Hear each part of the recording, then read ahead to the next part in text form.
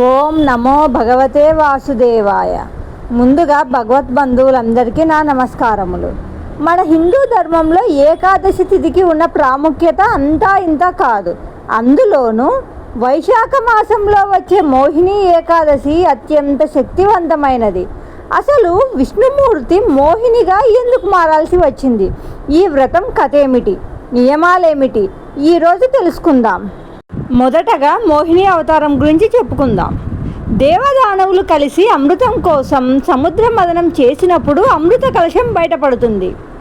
రాక్షసులు అమృతాన్ని లాక్కోవడంతో లోకాలు అంధకారంలో పడిపోయే ప్రమాదం వస్తుంది. అప్పుడు విష్ణుమూర్తి దేవతలను రక్షించడానికి అత్యంత సౌందర్యవతి అయిన జగన్మోహిని రూపం ధరిస్తాడు. తన మాటల చాతుర్యంతో, అందంతో రాక్షసులను మైమరిపించి అమృతాన్ని దేవతలకు మాత్రమే అందేలా చేస్తారు. ఈ అద్భుత ఘట్టం జరిగిన రోజే మోహిని ఏకాదశి. శ్రీరాముడు ఆచరించిన మోహిని ఏకాదశి వ్రతం. ఈ విషయం మీకు ఎంతమందికి తెలుసు? ఒకవేళ తెలియకుంటే ఇప్పుడు తెలుసుకోండి. సీతాదేవిని రావణుడు అపహరించిన తర్వాత శ్రీరాముడు విరహ వేదనతో కుంగిపోతూ సీతమ్మ జాడ కోసం వెతుకుతూ ఉంటాడు. ఆ సమయంలో తన మనశ్శాంతి కోసం, కార్యం సిద్ధించడం కోసం ఒక మార్గాన్ని చూపమని వశిష్ఠ మహర్షిని కోరుతాడు. వశిష్ఠ మహర్షి శ్రీరాముడికి వైశాఖ శుక్ల ఏకాదశి గొప్పతనాన్ని వివరిస్తాడు. పూర్వం ధృతబుద్ధి అనే వ్యక్తి ఈ వ్రతం ద్వారా ఎలా పాప విముక్తుడయ్యాడో వివరించి ఈ వ్రతాన్ని ఆచరించమని రాముడికి సూచిస్తాడు. వశిష్ఠుని ఆజ్ఞ మేరకు శ్రీరాముడు భక్తి శ్రద్ధలతో మోహిని ఏకాదశి వ్రతాన్ని ఆచరిస్తాడు. ఈ వ్రత ప్రభావం వల్ల శ్రీరాముడికి మానసిక ధైర్యం కలగడమే కాకుండా సీతమ్మ జాడ తెలియడానికి, రావణ సంహారానికి మార్గం సుగమమైందని చెబుతారు. ఇందాక మనం చెప్పుకున్నాం కదా, వశిష్ఠ మహర్షి శ్రీరాముడితో ధృతబుద్ధి కథను చెప్పాడని. ఆ కథ ఏమిటో ఇప్పుడు మనం తెలుసుకుందాం. ఇది ముఖ్యంగా ఏకాదశి కథ, ఖచ్చితంగా తెలుసుకోవాల్సిన కథ. మనం ఇందాక చెప్పుకున్నట్లుగా వశిష్ఠ మహర్షి శ్రీరాముడితో ధృతబుద్ధి గురించి కథ చెప్తాడు కదా, ఆ కథని ఇప్పుడు తెలుసుకుందాం. పూర్వం సరస్వతి నది తీరాన ఉన్న భద్రావతి అనే నగరాన్ని ధృతమానుడు అనే రాజు పరిపాలించేవాడు. ఆయన చాలా ధర్మాత్ముడు. ఆ నగరంలోనే ధనపాలుడు అనే ఒక గొప్ప వైశ్యుడు ఉండేవాడు. ఆయన వ్యాపారి. ఆయనకు 5 కుమారులు. వారిలో పెద్దవాడైన ధృతబుద్ధి చాలా దుర్మార్గుడు. ధృతబుద్ధి ప్రవర్తన ఎలా ఉండేదంటే, ధృతబుద్ధి తన తండ్రి సంపాదించిన ఆస్తిని జూదం, మద్యపానం మరియు ఇతర దుర్వ్యసనాల కోసం ఖర్చు చేసేవాడు.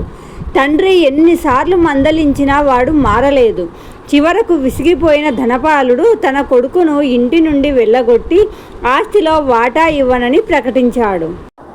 బంధువులందరూ ధృతబుద్ధిని వదిలేశారు.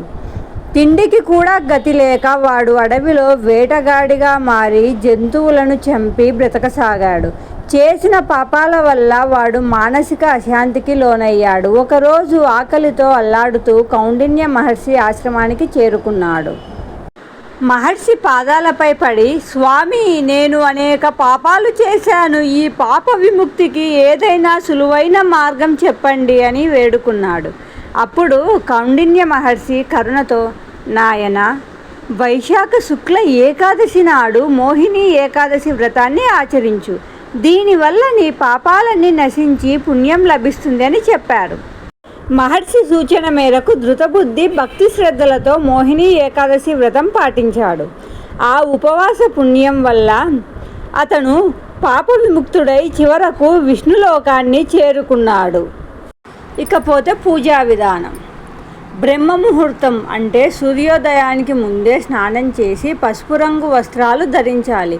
విష్ణువుకు పసుపు అంటే ప్రీతి. విష్ణువును తులసి దళాలతో పూజించాలి అని గుర్తుంచుకోండి.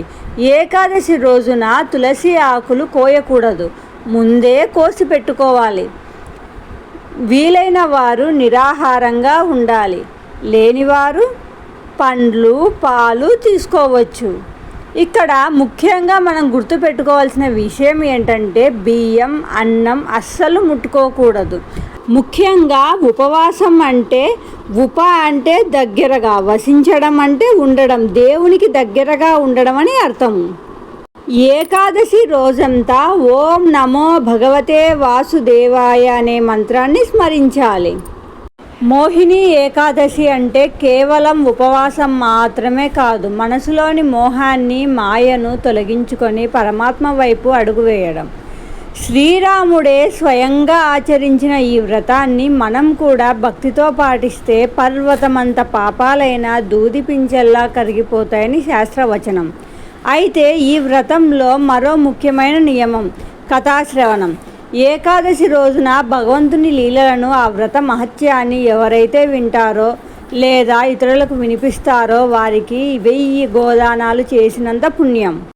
అందుకే ఈ కథను మీరు వినడమే కాకుండా మీ ఆత్మీయులకు కూడా వినిపించి ఆ పుణ్యఫలాన్ని పంచుకోండి. కేవలం సాధారణ భక్తులే కాకుండా సాక్షాత్తు ఆ శ్రీరామచంద్రుడు కూడా సీతమ్మ జాడ కోసం రావణవధలో విజయం సాధించడం కోసం వశిష్ఠ మహర్షి సూచనతో ఈ మోహిని ఏకాదశి వ్రతాన్ని ఆచరించారు. అంటే ఈ వ్రతానికి ఎంతటి శక్తి ఉందో మీరే అర్థం చేసుకోండి. ఇంతటితో మన వీడియో సంపూర్ణం. ఓం నమో భగవతే వాసుదేవాయ.